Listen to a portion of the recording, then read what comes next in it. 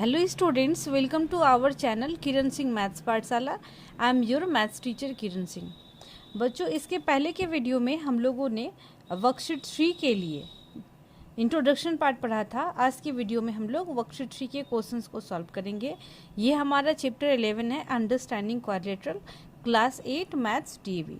हमारे पास question number 1 इसका है, ABCD is a quadrilateral in which the diagonals are equal and bisect each other at right angles. What can you say about the figure? Is it, ये जो figure है वो क्या है? एक रेक्टेंगल है, रोम्बस है, स्क्वायर है।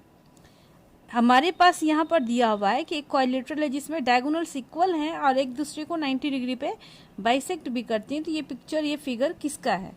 तो ये जो पिक्चर होगा ये हमारे पास स्क्वायर का होगा। इसको अच्छे से समझने के लिए आपको इसका इंट्रोडक्शन पार्ट देखना चाहिए, जिसमें आपको स्क्वायर के बारे में, रेक्टेंगल के बारे में, रोम्बस के बारे में पूरी जानकारी दी गई है और उसके प्रॉपर्टीज़ को भी बताया गया है।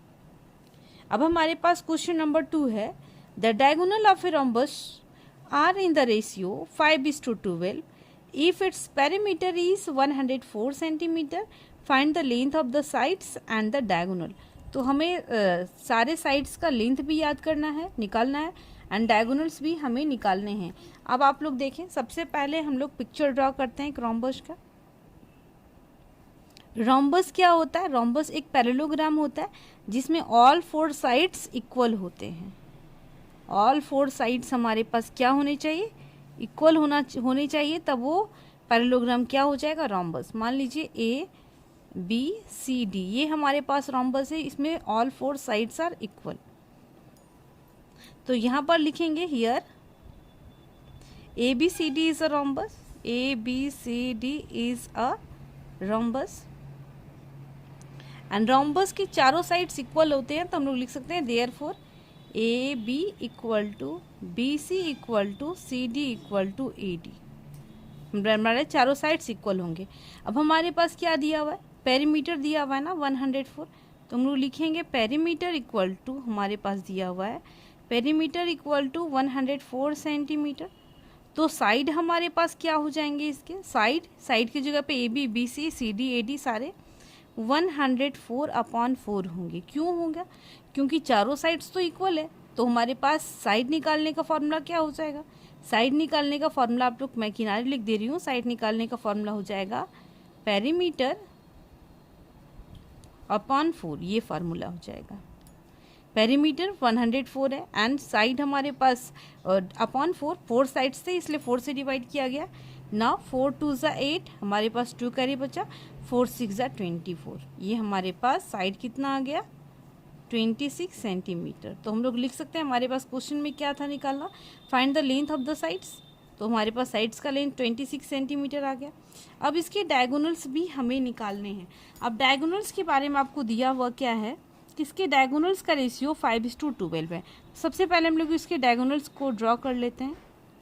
ये मान लिया आपके पास क्या है? ये फर्स्ट डायगोनल आपका हो गया, ये आपका फर्स्ट डायगोनल हो गया, ये फर्स्ट डायगोनल है।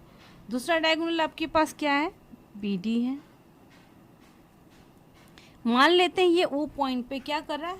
इंटरसेक्ट कर रहा है।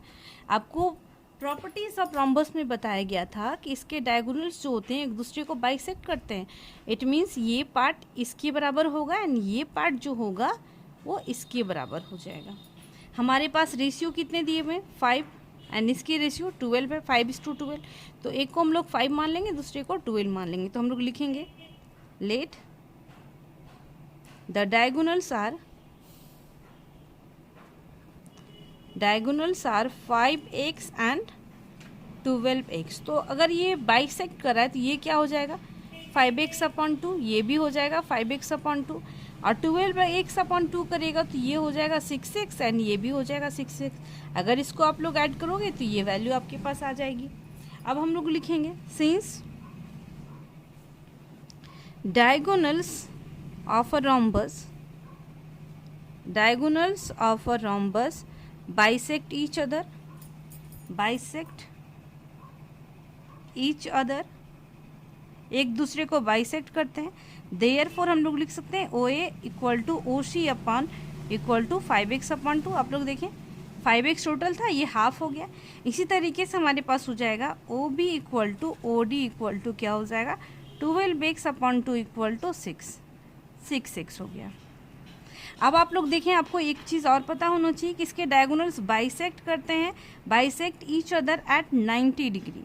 ये 90 डिग्री का एंगल भी बनाते हैं, प्रॉपर्टीज़ में आपको बताया गया था। तो ये आप लोग देखें, ए ओ बी ले आप लोग या फिर ए ओ डी ले, सारे यहाँ पर 90 डिग्री का एंगल बन रहा है। तो ये हमारे पास एक राइट एंगल ट्रायंगल हो गया। तो राइट एंगल ट्रायंगल में ये हमारे पास 90 डिग्री का एंगल है, तो ये हाइपोटेनियस हो गया। आप इन दोनों में से किसी को परपेंडिकुलर या और किसी को भी आप लोग बेस ले सकते हो। तो ए बी की तो वैल्यू हम लोग साइड निकाल चुके हैं। ये जो साइड है 26 वो ए बी भी होगा, B C C D A D तो हमारे पास सारा इक्वल है। यहाँ पर हम लोग लिख सकते हैं equal to A B equal to B C equal to C D equal to A D. हमारे सारे साइड्स तो इक्वल हैं, आपको लिखा गया है इस प्लेस पे, स्टार्टिंग में ही आपको बताया गया। तो हम लोग इस ट्रायंगल में लेंगे, इन ट्रायंगल ए ओ बी हम लोग लेंगे इन ट्रायंगल ए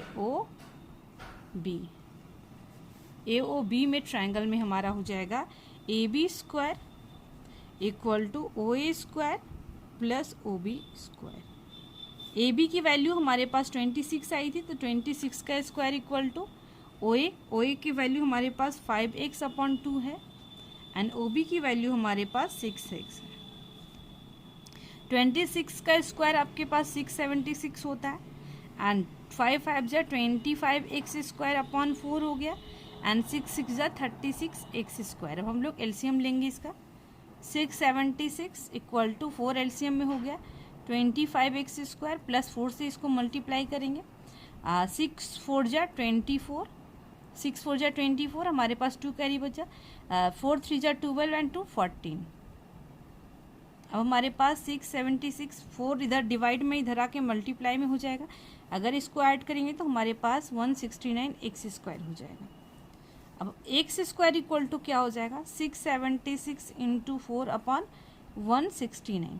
अब आप लोग चेक करें कि ये 13 के टेबल से कैंसिल हो रहा है, 13 13 जा, ये तो 13 का स्क्वायर है। यहाँ पर देखते हैं 13 5 जा 65 एंड 2 कैरी बचेगा, 13 2 जा 26 बिल्कुल होगा 13 के टेबल से। 13 5 जा 65, 13 2 जा 26, अगेन 13 1 जा 13, 13 4 जा 52, 13 4 जा 52। अब देख रहे हैं आप लोग 4 2 टाइम्स है, 4 इंटू 4 यानी 4 का स्क्वायर है। हम लोग स्क्वायर कट जाएगा, एक्स की वैल्यू कितनी आ गई 4 आ गई ना, 4 सेंटीमीटर। अब हमारे पास डायगोनल्स कितने थे, डायगोनल्स हमारे पास एक 5x था, एक दूसरा 12x था। तो 5 इंटू 4 हमारे पास कितने हो गए 20 सेंटीमीटर और दूसरा था 12x, 12 into 4 it means 48 centimetre. तो हम लोग लिख सकते हैं देयरफॉर डायगोनल्स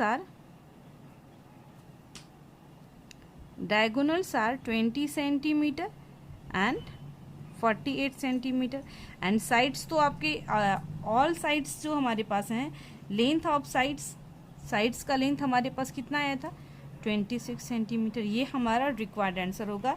इस तरीके से हमारे पास क्वेश्चन नंबर 2 कंप्लीट हो जाता है। बच्चों अब हमारे पास क्वेश्चन नंबर 3 है, a pair of adjacent sides of a rectangle are in the ratio 3:4। देखिए आपके पास रेक्टेंगल बोल रहा है, तो हमारे पास क्वेश्चन में जैसा इन्फॉर्मेशन होगा वैसा ही काम हम लोग करेंगे। सबसे पहले एक रेक्टेंगल बनाएंगे, ये हमारे पास क्या हो गया एक रेक्टेंगल हो गया। इसका नेमिंग कर देते हैं ABCD। एडजेसेंट साइड्स हमें कह रहा है, एडजेसेंट साइड्स आपको पता है कोई भी दो साइड्स जिसमें कॉमन वर्टेक्स हो उसे एडजेसेंट साइड्स बोलते हैं। तो यहाँ पर हो जाएगा एडजेसेंट साइड्स हमारे पास क्या क्या है, एडजेसेंट साइड्स का रेशियो 3:4 है, तो हम लोग लिखेंगे इसको 3x एंड इसको लिखेंगे 4x। जब भी रेशियो में हमारे पास इंफॉर्मेशन हो तो उसे हम लोग x के रूप में मानते हैं।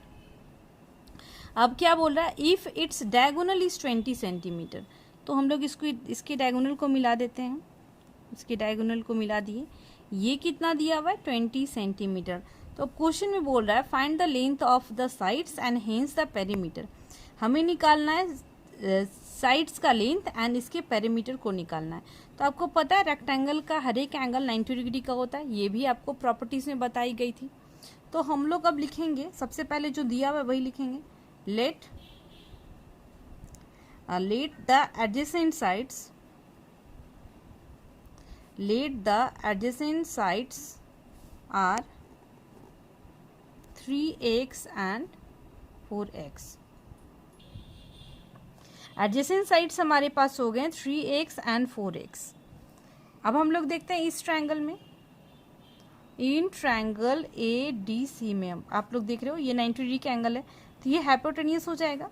तो A C square equal to क्या हो जाएगा, A D square plus C D square.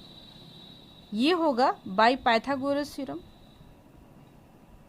Pythagoras theorem के अनुसार हो जाएगा। अब आप लोग देखें ए सी के प्लेस पे तो 20 पुट कर सकते हैं, 20 का स्क्वायर इक्वल टू हो जाएगा ए डी स्क्वायर हमारे पास 3 का स्क्वायर 3x का स्क्वायर प्लस 4x का स्क्वायर, 20 का स्क्वायर 400, 3 3 ज़ा 9x square plus 16x square. अब इसको करेंगे 400 25x square. This implies x square की वैल्यू अगर निकालेंगे तो 400/25। अब हम लोग इसको कट करते हैं, हमारे पास हो जाएगा 25/25 40 में से 25 जाएगा तो 15 बचेगा, 25 6 जा 150। तो एक्स स्क्वायर 16 हमारे पास 4 का स्क्वायर होता है। दिस इम्प्लाइज एक्स की वैल्यू क्या आ गई 4 centimetre.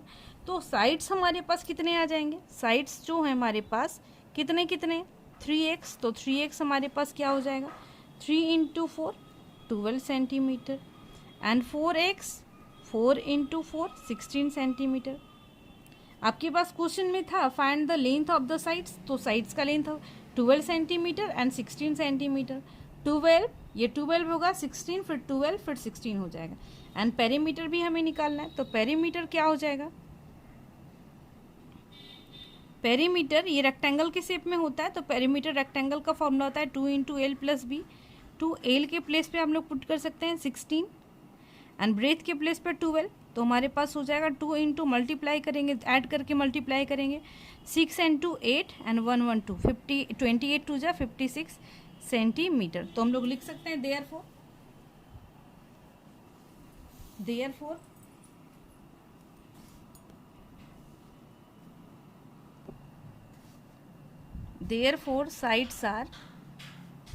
sides are 12 centimeter, 16 centimeter, again 12 centimeter and 16 centimeter, and perimeter equal to 56 centimetre. हमारा क्वेश्चन नंबर 3 भी कंप्लीट हो गया। अब हमारे पास क्वेश्चन नंबर 4 है, ABCD is a rhombus whose diagonals intersect at O। तो सबसे पहले हम लोग एक रोम्बस बना लेते हैं। ये हमारे पास मान लेते हैं ये रोम्बस का पिक्चर है जिसमें ऑल साइड्स का लेंथ क्या है इक्वल है। ये रोम्बस है A B, ये C है एंड ये D है। Whose diagonals intersect at O, तो सबसे पहले हम लोग इसका डायगोनल्स भी ड्रॉ कर लेते हैं। ये डायगोनल AC एंड ये डायगोनल हमारे पास BD, ये O पे इंटरसेक्ट कर रहा है। तो so that triangle AOB congruent होगा ट्रायंगल COD के। सबसे पहले हम लोग गिवन लिखेंगे, given ABCD is a rhombus, rhombus है ये।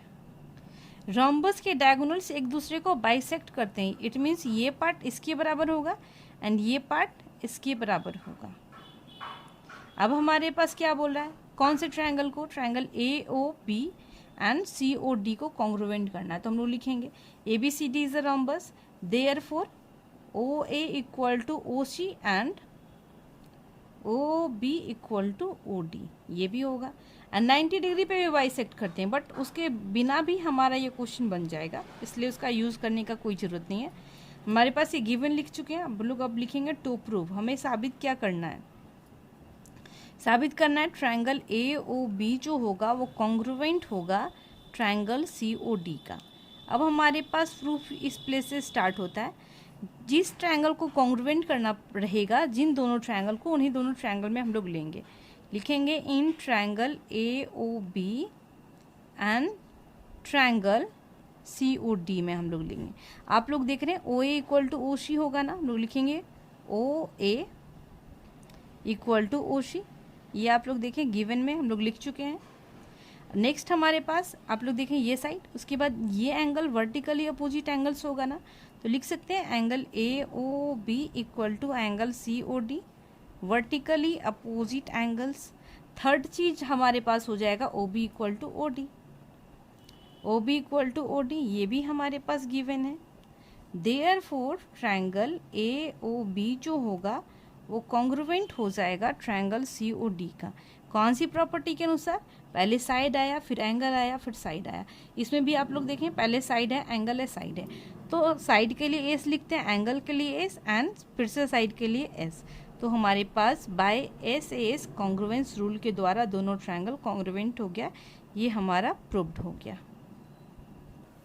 अब हमारे पास क्वेश्चन नंबर 5 है, the diagonals of a rectangle A B C D intersect at O. सबसे पहले एक रेक्टेंगल हम लोग बना लेते हैं। ये हमारे पास क्या है, एक रेक्टेंगल है जिसके डायगोनल्स एक दूसरे को ओ पॉइंट पे क्या कर रहा है, इंटरसेक्ट कर रहा है, इंटरसेक्ट कर रहा है। ये हमारे पास हो जाएगा ए बी सी डी, ये हमारे पास ओ है। अब हमारे पास एक इंफॉर्मेशन और है, एंगल बी ओ सी। आप लोग देख रहे हैं पिक्चर में, ये B है, O है, C है, ये एंगल 70 डिग्री है। तो हमें निकालना क्या है, find angle DODA, ODA, it means ये एंगल कितना होगा, ये हमें फाइंड आउट करना है। तो हमें सबसे पहले गिवन में लिखना पड़ेगा ABCD इज अ रेक्टेंगल, और आपको रेक्टेंगल की प्रॉपर्टी याद रहनी चाहिए। रेक्टेंगल के जो डायगोनल्स होते हैं वो एक दूसरे के इक्वल भी होते हैं और बाइसेक्ट भी करते हैं। तो हम लोग लिखेंगे A B C D is a rectangle, therefore A C equal to B D, A C equal to B D होगा ये हमारे पास। एंड एक चीज़ और होगा हमारे पास, ओ A equal to O C, एक and O B equal to O D. हम लोग ब्रैकेट में लिख सकते हैं, diagonals of a rectangle are equal and bisect each other, इसलिए ऐसा लिखा गया है। अब A B equal to A C equal to B D है ना, तो हम लोग लिख सकते हैं since A C equal to B D, therefore half A C equal to half B D होगा, हाफ बी डी। अब आप लोग देखें, ये पार्ट इसके बराबर है, ये पार्ट इसके बराबर भी है, और ये ए सी एंड बी डी भी, तो हाफ ए सी के प्लेस पे ओ ए एंड ओ सी तो आपके बराबर है।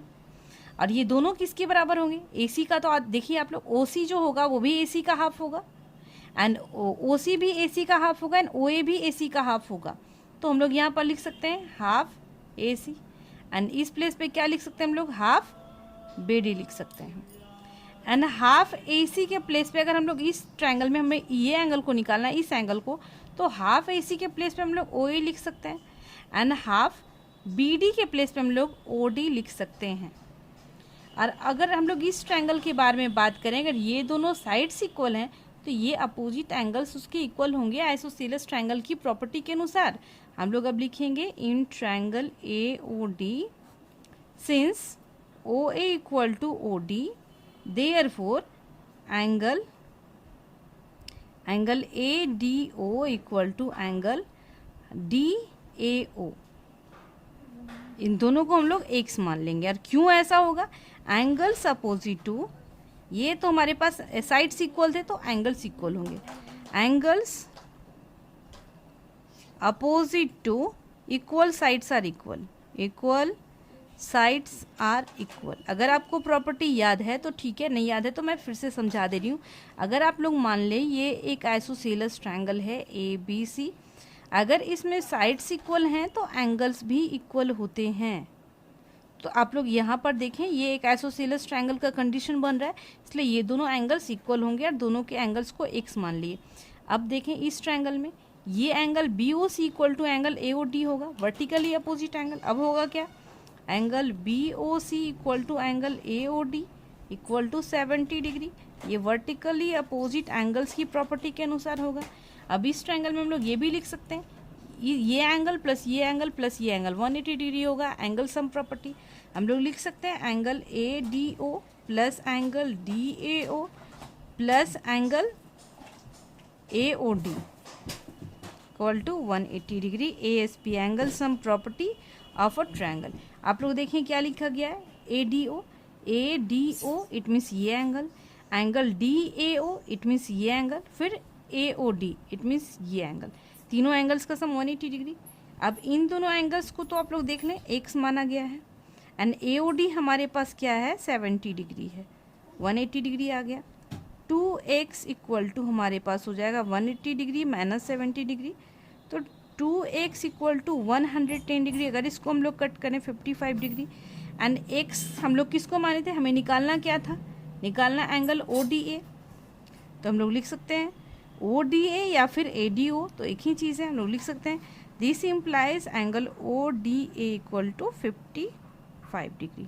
हमारा क्वेश्चन नंबर 5 भी कंप्लीट हो जाता है। क्वेश्चन नंबर 6 है ए बी सी, आप लोग देख रहे हैं A B C and A D C are two equilateral triangles. Equilateral triangle है मीन्स ये तीनों साइड्स आपस में इक्वल है। हमारे पास है on a common base A C, it means A B C ये भी इक्विलेटरल ट्रायंगल है एंड ए सी डी ये भी इक्विलेटरल ट्रायंगल है, तो ऑल साइड्स इक्वल होंगे। Find the angle of the resulting quadrilateral so that it is a rhombus. ये rhombus होगा, ये भी हमें दिखाना है। तो रोम्बस के लिए तो आपको यहीं से दिख रहा है, ये इक्विलेटरल ट्रायंगल, ये तीनों साइड्स इक्वल होंगे, और ये भी इक्विलेटरल ट्रायंगल है, तो ये तीनों साइड्स भी इक्वल होंगे। It means all 4 sides are equal, therefore it is a rhombus. And resulting angle देखो आप लोग, इस ट्रायंगल का, ये क्वाड्रिलेटरल का रिजल्टिंग एंगल ये एंड ये आपका क्या दिखाना है, so that the resulting angles are, find the resulting angle. Resulting angles कितने होंगे ये हमें निकालने हैं। अब आप लोग देखें सबसे पहले क्या दिया हुआ है, ए बी सी डी लिखेंगे since A B C is an equilateral triangle, equilateral triangle, therefore A B equal to B C equal to A C होगा। इक्विलेटरल ट्रायंगल के तीनों साइड्स इक्वल होते हैं एंड एंगल, इस triangle में आप लोग देखें यहाँ पर मैं नेमिंग कर दे रही हूँ 1 2 एंड ये 3 एंड ये 4 है, तो हम लोग लिख सकते हैं angle 1 equal to angle 2 equal to angle B equal to 60 degree. All angles भी 60 डिग्री के होते हैं। अब देखें अगेन ट्रायंगल, ट्रायंगल का साइन होना चाहिए। अगेन हमारे पास क्या है, triangle A D C is N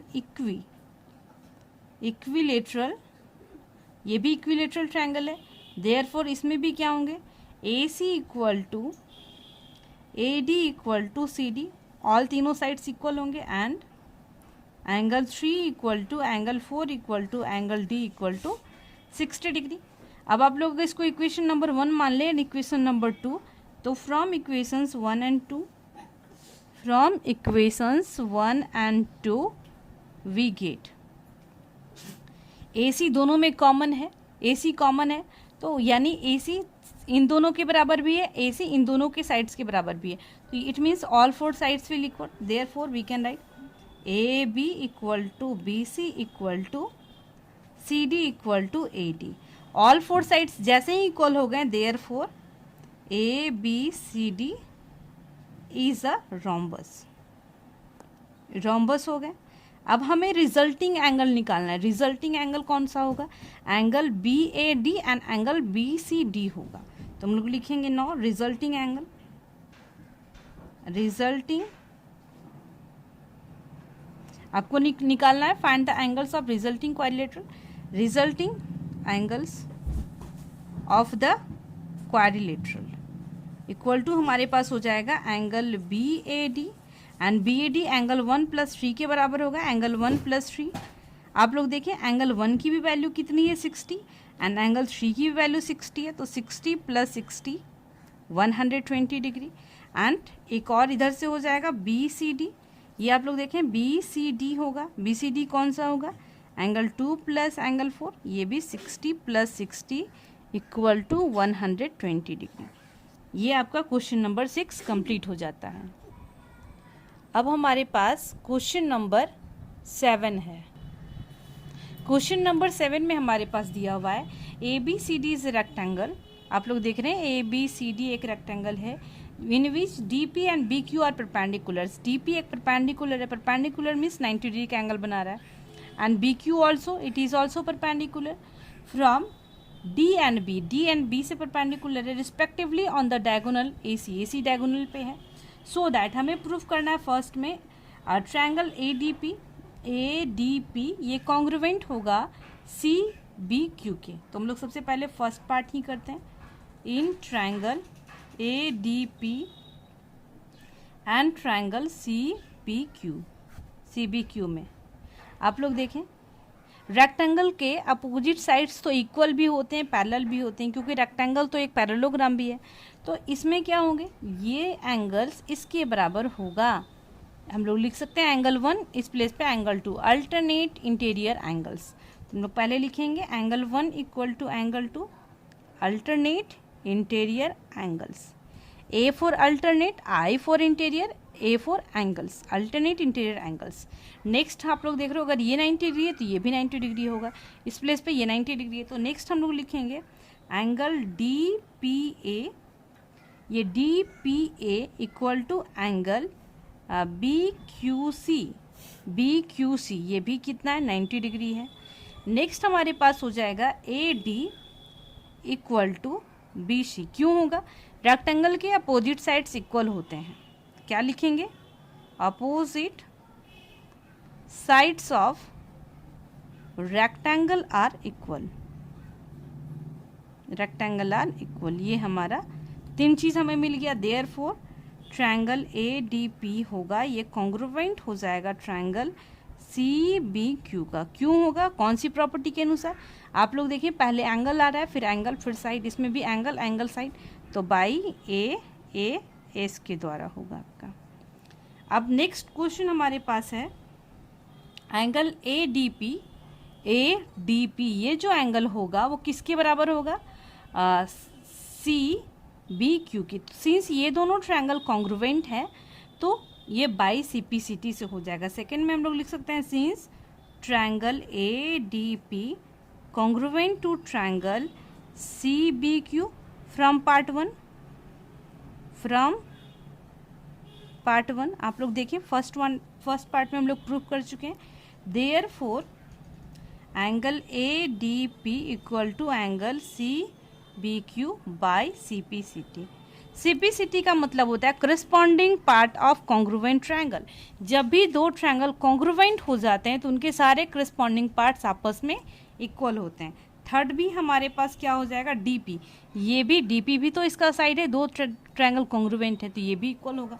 इसमें भी लिखेंगे since triangle A D P congruent to triangle C B Q from part 1, therefore we can write dp equal to bq by cpct।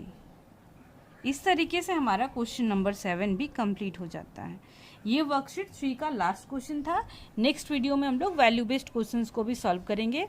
Thank you students for watching me.